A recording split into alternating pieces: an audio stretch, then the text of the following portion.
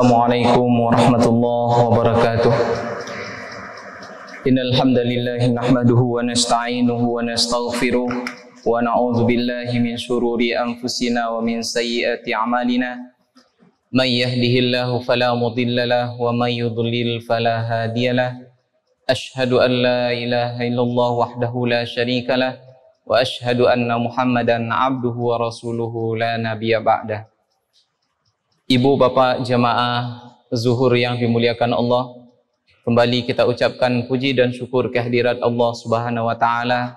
Pada saat sekarang ini Allah masih memberikan kepada kita berbagai macam nikmat dan menyelamatkan kita dari segala macam bara bahaya, sehingga kita bisa melaksanakan kewajiban kita selaku hamba yang beriman kepadanya. Salawat beriring salam kita kirimkan buat arwah junjungan kita Nabi Muhammad sallallahu alaihi wasallam. Allah berfirman di dalam surah Al-Fatihah yang selalu kita lantunkan paling kurang 17 kali sehari semalam. A'udzubillahi minasyaitonir rajim. Iyyaka na'budu wa iyyaka nasta'in. Hanya kepada Engkaulah kami menyembah dan hanya kepada Engkaulah kami minta tolong. Ibu bapak jamaah zuhur yang dimuliakan Allah, 2 hari yang lalu kita bangsa Indonesia baru saja memperingati hari kemerdekaan yang ke-75. Ketika memperingati hari kemerdekaan itu banyak muncul pertanyaan, apakah betul-betul kita sekarang ini sudah merdeka atau belum?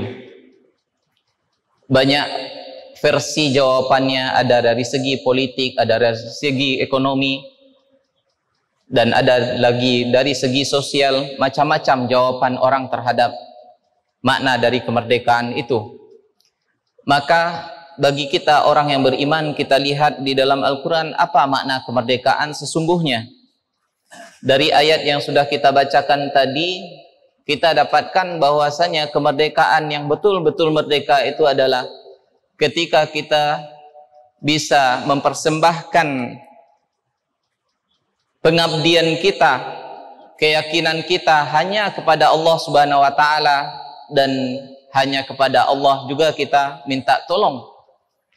Dengan demikian maka kita akan terlepas dari belenggu ikatan sangkut paut dengan makhluknya atau selain Allah Subhanahu wa taala.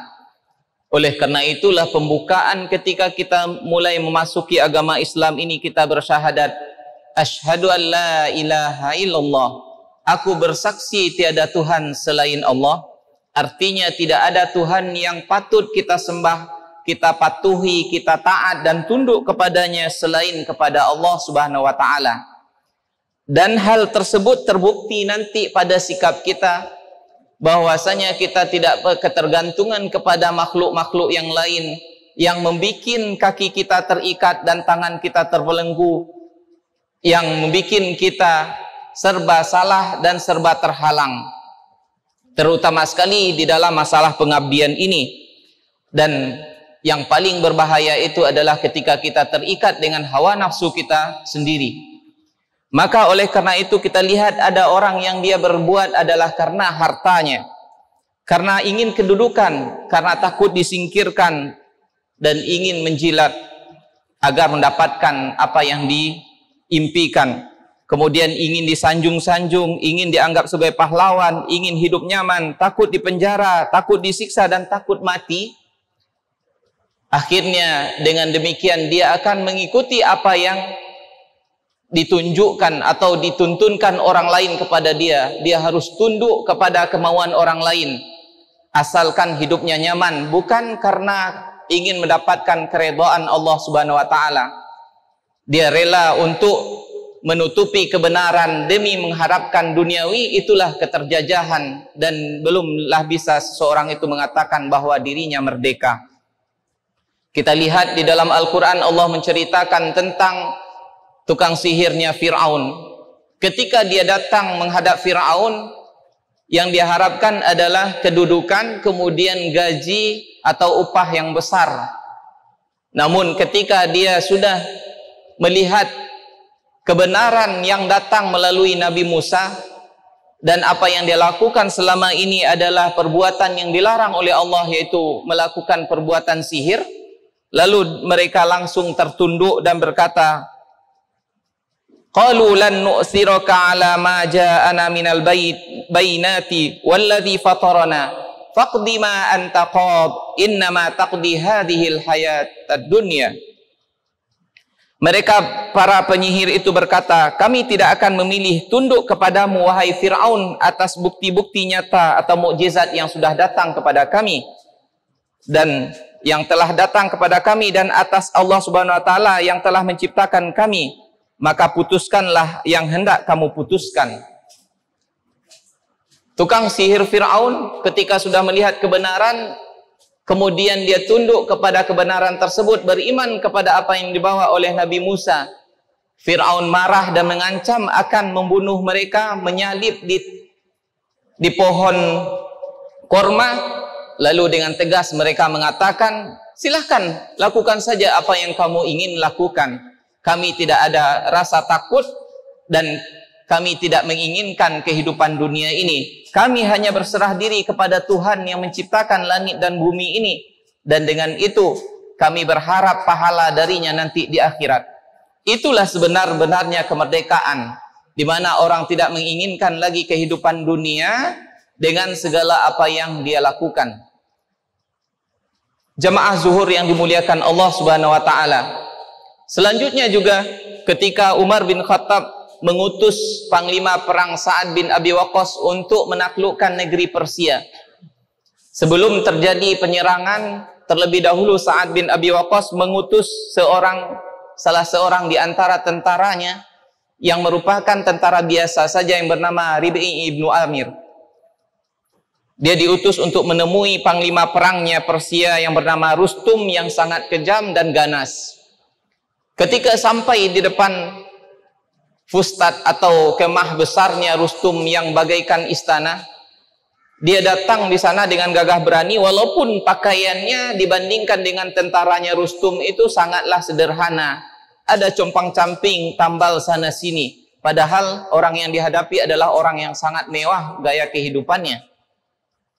Dengan beraninya Rib'i masuk ke dalam kemahnya Rustum, yang dimana pintu untuk masuk ke dalam kemah tersebut dibikin pendek supaya orang yang masuk ke dalamnya mendahulukan kepalanya seperti orang ruku, langsung ruku kepada Rustum yang ada di dalamnya. Rib'i yang pintar tidak mendahulukan kepalanya masuk, tetapi pantatnya yang didahulukan, sehingga justru menghinakan orang yang ada di dalam, yaitu panglima perang yang sangat ganas dan kejam itu. Melihat hal itu, tentara Rustum sangat marah dan ingin membunuhnya. Tetapi waktu itu Rustum mengatakan, jangan dibunuh, kita ingin mendengarkan apa yang ingin dia sampaikan. Setelah berhadapan dengan Rustum, dia bertanya kepada Rib'i, apa tujuanmu datang ke sini? Apa kata Rib'i?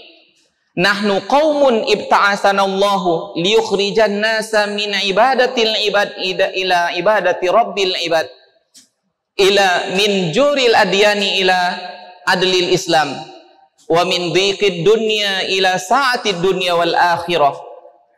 Ini kata-kata yang ditulis dengan tinta emas. Dia mengatakan, kami adalah kaum yang diutus oleh Allah untuk mengeluarkan manusia dari penghambaan kepada sesama manusia menuju penghambaan kepada Tuhannya manusia, dan dari kecurangan agama-agama menuju keadilan Islam, dan dari kesempitan dunia menuju kelapangan dunia dan akhirat. Ibu bapak yang dimuliakan Allah, inilah hakikat kemerdekaan yang sebenar-benarnya merdeka, ketika kita tidak menghambakan diri kepada sesama manusia, tidak merendahkan diri, rukuk dan tunduk kepada manusia walaupun kita harap kepada hartanya, tapi kita hanya menundukkan diri kepada Allah Subhanahu wa taala. Kita bisa menegakkan diri, menegakkan kepala kepada sesama manusia walaupun secara strata kita adalah di bawah mereka. Kenapa? Karena tidak ada hak kita untuk tunduk kepada selain Allah Subhanahu wa taala atau merukuk-rukuk kepada sesama manusia. Kemudian juga ketika kita beragama dengan agama Islam ini, hakikatnya kita membebaskan diri kita dari belenggu-belenggu. Belenggu apa? Khurafat, maksiat, tahayul. Kita lihatlah agama-agama yang mereka sangat lucu sebenarnya kita perhatikan.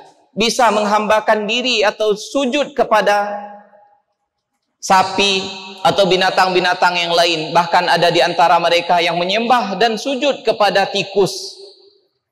Alangkah bodohnya kalau menurut akal yang sehat. Kenapa? Karena ketika itu akidahnya tidak benar dan mereka terjajah dengan was-was yang ada di dalam hatinya. Begitu juga dengan orang yang masih percaya dengan khurafat, perdukunan dan segala macam yang serupa itu. Kita lihat orang yang dia suka pakai ajimat.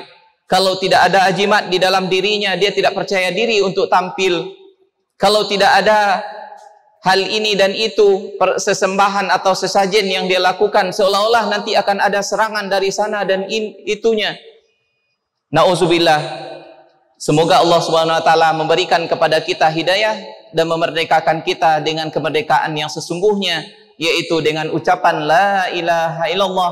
Tiada yang kita takuti, tidak ada kita yang kita tunduki selain Allah Subhanahu wa taala.